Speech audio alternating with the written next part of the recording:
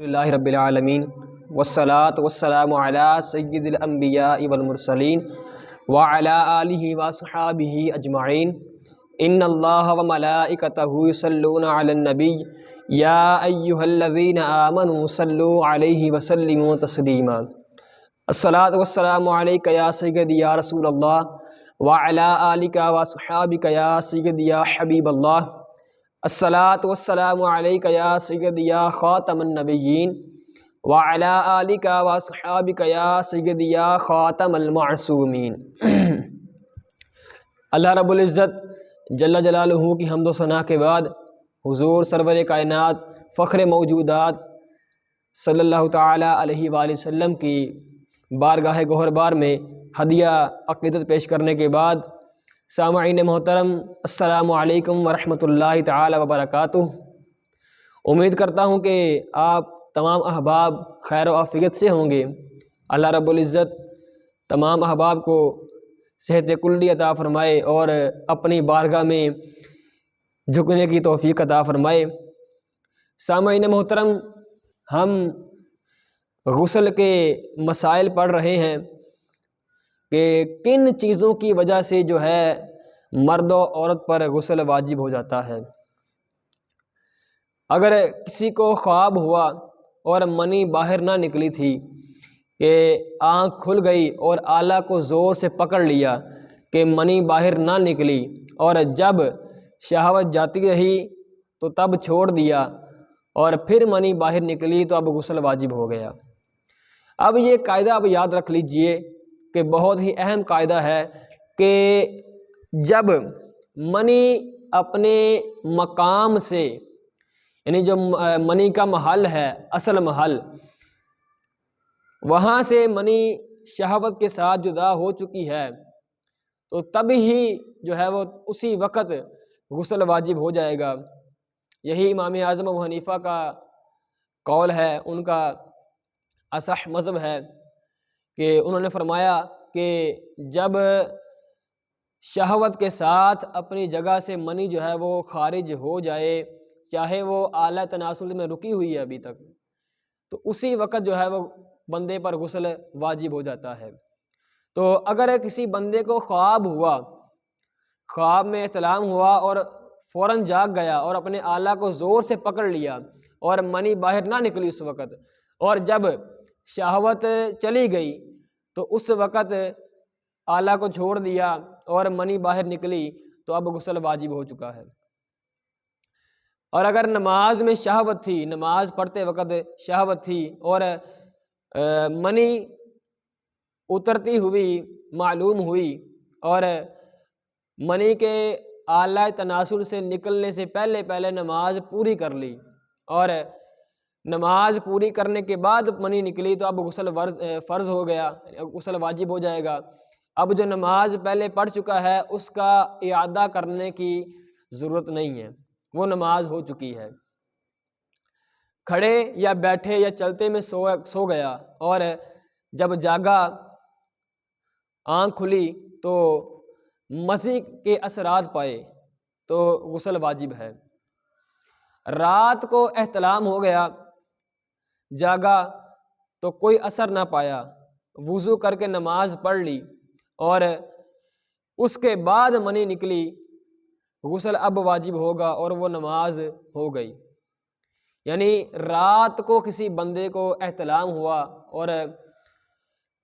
جب جاگا تو کپڑوں پر کوئی آثار نہیں ملے طریقے، اور وضو کیا اس طرح اور نماز پڑھ لی، اور نماز پڑھنے کے بعد جو ہے وہ منی نکلی تو اب غسل واجب ہو جائے گا، اور جو نماز پڑھ چکا ہے اس کو دہرانے کی ضرورت نہیں ہے، وہ نماز ہو چکی ہے۔ عورت کو خواب میں احتلام ہوا تو جب تک منی فرج داخل سے نہ نکلے غسل واجب نہیں۔ یہ عورتوں کے لیے بہت اہم مسائل ہیں کہ عورت کو، حدیث پاک سے میں نے یہ بات کو آپ کے سامنے بیان کی تھی کہ حضور سے حضرت ام سلیم نے یہ عرض کی تھی، حضور کہ مردوں کے حوالے سے تو سمجھ آتا ہے کہ ان کو احتلام ہوتا ہے، تو کیا عورتوں کو بھی احتلام ہوتا ہے؟ تو حضور نے فرمایا کہ عورت جب اس چیز کو دیکھے تو غسل فرض ہے اس پر بھی۔ تو بہرحال اگر عورت کو خواب میں احتلام ہو اور جب تک منی فرج داخل سے نہ نکلے غسل واجب نہیں ہوگا۔ مرد اور عورت، اب یہ اہم مسئلہ ہے کہ مرد اور عورت دونوں ایک چارپائی پر سوئے، ایک ہی بستر پر سوئے، اور جب جاگے تو بستر کے اوپر منی پائی، منی دیکھی، اور دونوں ہی یہ کہتے ہیں کہ مجھے احتلام نہیں ہوا، دونوں ہی منکر ہیں احتلام کے، کہ دونوں انکار کرتے ہیں کہ مجھے احتلام نہیں ہوا، مجھے احتلام نہیں ہوا۔ مرد بھی یہ کہتا ہے کہ مجھے احتلام نہیں ہوا، اور عورت بھی کہتی ہے کہ مجھے احتلام نہیں ہوا۔ تو اب حکم یہ ہے کہ احتیاط اسی میں ہے کہ دونوں غسل کر لیں، اور لڑکے کا بلوغ احتلام کے ساتھ ہو اس پر غسل واجب ہے، یعنی جب بچہ نیا نیا بالغ ہو اور احتلام کے ساتھ ہو تو اس پر غسل واجب ہے۔ حشفہ یعنی سر ذکر کا عورت کے آگے یا پیچھے یا مرد کے پیچھے داخل ہونا دونوں پر غسل واجب کر دیتا ہے۔ شہوت کے ساتھ ہو یا بغیر شہوت کے، بشرط یہ کہ دونوں مکلف ہوں، اور اگر ایک بالغ ہے اور دوسرا نابالغ تو جو بالغ ہے اس پر غسل فرض ہے، اور جو نابالغ ہے اس کو بھی حکم دیا جائے گا کہ وہ غسل کرے۔ مثال کے طور پر اگر بچہ نابالغ ہے اور عورت بالغہ ہے اور آپس میں جماع کیا، تو عورت کے فرج میں آلہ تناسل کا جو حشفہ ہے وہ جاتے ہی جو ہے غسل واجب ہو جائے گا عورت پر، چاہے انزال ہوا ہے یا نہیں ہوا، اور بچے کو حکم دیں گے کہ غسل کرے، اس پر چاہے غسل فرض نہیں ہے مگر پھر بھی اس کو یہ حکم دیں گے کہ غسل کرے۔ اور اسی طرح اگر اس کا برعکس کیا جائے، یعنی بچہ بالغ ہے اور بچی جو ہے وہ نابالغہ ہے، تو تب بھی یہی حکم ہوگا۔ اگر حشفہ، اگر چوپایا یا مردہ یا ایسی چھوٹی لڑکی جس کی مثل سے صحبت نہ کی جا سکتی ہو وطی کی، تو جب تک انزال نہ ہو غسل واجب نہیں۔ یعنی اگر کسی جانور کے ساتھ یا کسی مردے کے ساتھ یا ایسی چھوٹی بچی جس کے ساتھ وطی کرنا ممکن نہیں ہے، وطی نہیں کر سکتے، اگر اس کے ساتھ وطی کی ہے، جماع نہیں کر سکتے اس کے ساتھ وطی کی ہے، تو جب تک انزال نہ ہو تب تک غسل واجب نہیں ہوگا۔ اور اگر عورت کی ران میں جماع کیا اور انزال کے بعد منی فرج میں گئی، یا کواری سے جماع کیا اور انزال بھی ہو گیا مگر پردہ بکارت زائل نہ ہوا، تو عورت پر غسل واجب نہیں۔ ہاں اگر عورت کے حمل رہ جائے تو اب غسل واجب ہونے کا حکم دیا جائے گا، اور وقت مجامعت سے لے کر جب تک غسل نہیں کیا ہے تمام نمازوں کا اعادہ کرے گی۔ اب یہ بہت ہی اہم مسئلہ ہے کہ اگر کسی بندے نے عورت کی ران میں جماع کیا اور انزال کے بعد منی عورت کی فرج میں چلی گئی، اور عورت کی فرج میں منی چلی گئی، اور یا پھر کواری سے جماع کیا ہے، کواری عورت کے ساتھ جماع کیا اور انزال ہو چکا ہے مگر پردہ بکارت عورت کا زائل نہیں ہوا، تو غسل واجب نہیں ہوگا۔ ہاں مگر اگر عورت کو حمل ٹھہر جائے تو اب غسل واجب ہو جائے گا، اور جس وقت جماع کیا ہے اس وقت سے لے کر جب تک عورت نے غسل نہیں کیا اس وقت تک جتنی اس نے نمازیں پڑھی ہیں بغیر غسل کیے ان سب کا اعادہ بھی کرنا پڑے گا۔ عورت نے اپنی فرج میں انگلی یا جانور یا مردے کا ذکر یا کوئی اور چیز مثل ذکر بنا کر ڈالی، تو جب تک انزال نہ ہو اس وقت تک غسل واجب نہ ہوگا۔ اگر